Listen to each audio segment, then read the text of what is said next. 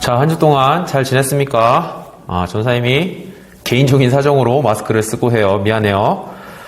원래는 야곱에 대한 이야기를 계속 해 나가야 되는데 잠깐 쉬어가는 타임으로 준비를 해봤습니다. 원래 제목은 내 부모를 공경하라 라는 제목으로 할까 했는데 이제 이렇게 하면은 전도사님들은 맨날 똑같은 얘기만 해 이제 이럴까봐 제목을 살짝 바꿔서 준비를 해봤어요. 물론 이 내용이 다 같이 갑니다. 그래서 간단하게만 살펴보면은 이삭의 삶을 봤을 때 이삭은 지난주에 했지만 아버지가 자기를 죽이려고 하죠. 그것을 가만히 그냥 받아들여요. 받아들이고 시험을 아브라함도 이삭도 통과하고 난 뒤에 이삭은 큰 고난 없이 순탄한 삶을 살게 됩니다. 그러나 야곱은 자의반 타의반 해가지고 아버지를 속이고 형을 속이고 이렇게 이제 축복은 받지만 뛰쳐나가게 되죠. 어쩔 수 없이. 그리고 나서 평생 고생을 하면서 살아요.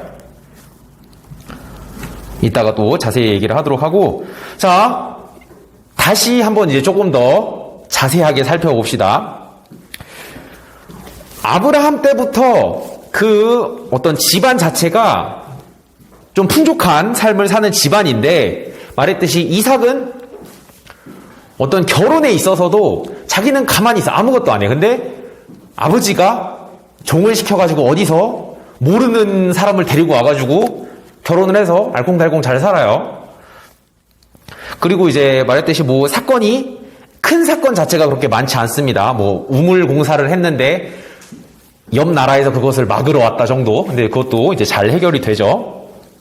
근데 이제 야곱은 그 부잣집에서 자랐는데 아버지를 속이고 형을 속이느라 그걸 하나도 물려받지를 못해요. 여기서부터 출발점 자체가 달라요. 그리고 나서 외삼촌 집에 가는데 거기서 14년간 머슴살이를 하고 6년 동안 돈을 법니다. 근데 잘 벌죠. 아무튼. 그래서 6년 동안 벌고 이제 살만해지나 싶더니 자식들이 사고를 쳐요. 그래서 또 그 과정에서 형을 만나려고 하는데 형이 칼을 들고 왔대. 나를 만나려고. 좋은 형제예요. 그리고 이제 그 형을 만날 때쯤에 이제 허벅지 관절 뼈가 부러져가지고 이제 절면서 형을 만나러 가죠.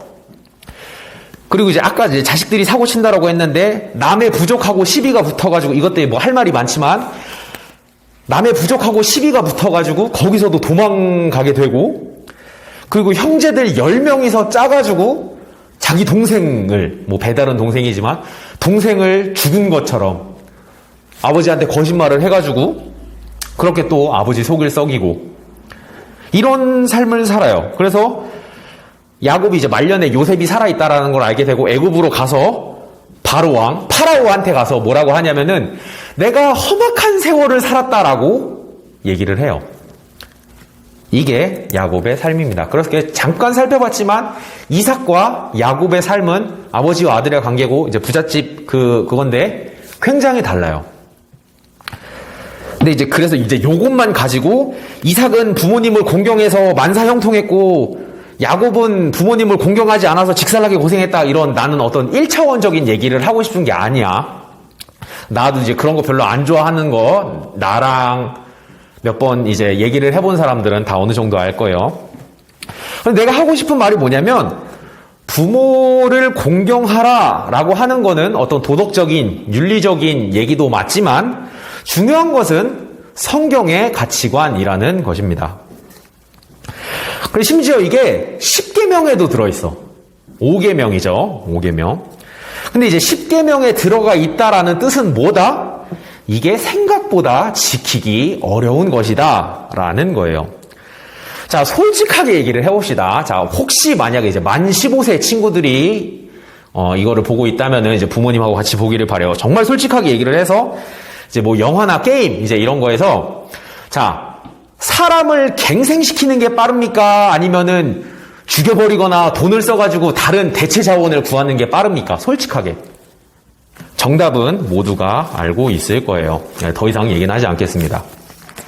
아무튼 그래서 죄를 짓는 것은 너무나 쉽고 재밌는 일이에요.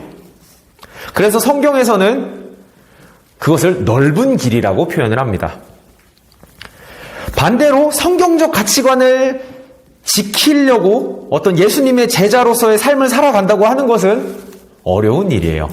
그래서 성경에서도 좁은 길이라고 표현을 합니다. 그래서 이것들을 종합해 봤을 때 부모를 공경하라 라고 하는 것은 성경적인 가치관이고 그것을 지키는 일은 생각보다 어려운 일일 수 있다라는 겁니다. 근데 여기서 또 오해하면 안 되는 게 부모님들이 100% 맞다, 어른들이 항상 정답만을 말한다, 젊은이들이 틀렸다 뭐 이렇게 말을 하고 싶은 게 아니에요.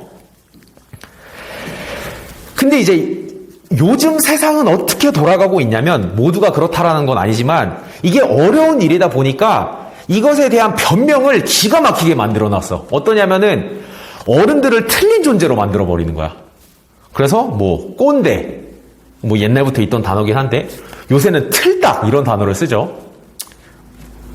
이거 아는 그 단어의 의미를 아는 사람들은 다 알 거예요. 절대 긍정적인 단어는 아닙니다. 그래서 이제 세대 간의 갈등을 해소하자라고 얘기는 하는데 점점 더 갈등이 심화되고 있어요.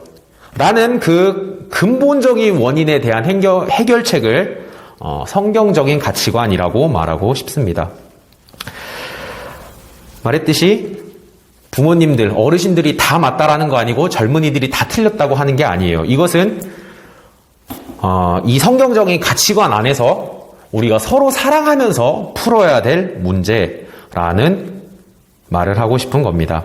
그래서 왜 우리가 이런 성경적인 가치관을 위해서 발버둥을 쳐야 되냐라고 물어보면은 왜 그 어려운 일을 해야 되냐라고 누가 나한테 또 질문할 친구들이 있을 것 같아요. 그래서 내가 예를 하나 들어주겠습니다. 이게 어떤 느낌이냐면 나는 하나님의 영광을 위해서 살고 싶은데 우리 부모님은 너무 틀린 얘기만 하기 때문에 난 도저히 부모님을 상종할 수가 없다.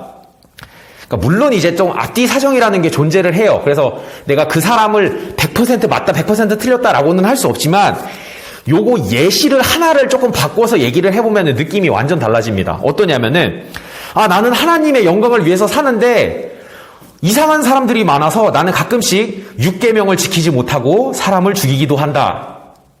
이 느낌이 어때요? 많이 다르죠? 그래서 결론적으로 다시 한번 얘기를 하면은 부모를 공경하라라는 것은 성경적인 가치관이에요. 그리고 그것을 지키는 일은 어려운 일입니다. 근데 요즘 세상에서는 그것에 대해서 물타기를 하고 있어요. 마치 잘못된 것처럼, 틀린 것처럼, 미련한 것처럼 만들어 버리고 있습니다. 그래서 참 안타까워요. 그래서 나는 우리 예전교회 청년들이 예수님의 제자로서의 삶을 살아가는 과정에 있어서 성경적인 가치관에 대해서 바로 알고 그것들을 삶에서 실천하는 어떤 올바른 삶을 살았으면 좋겠습니다. 오케이.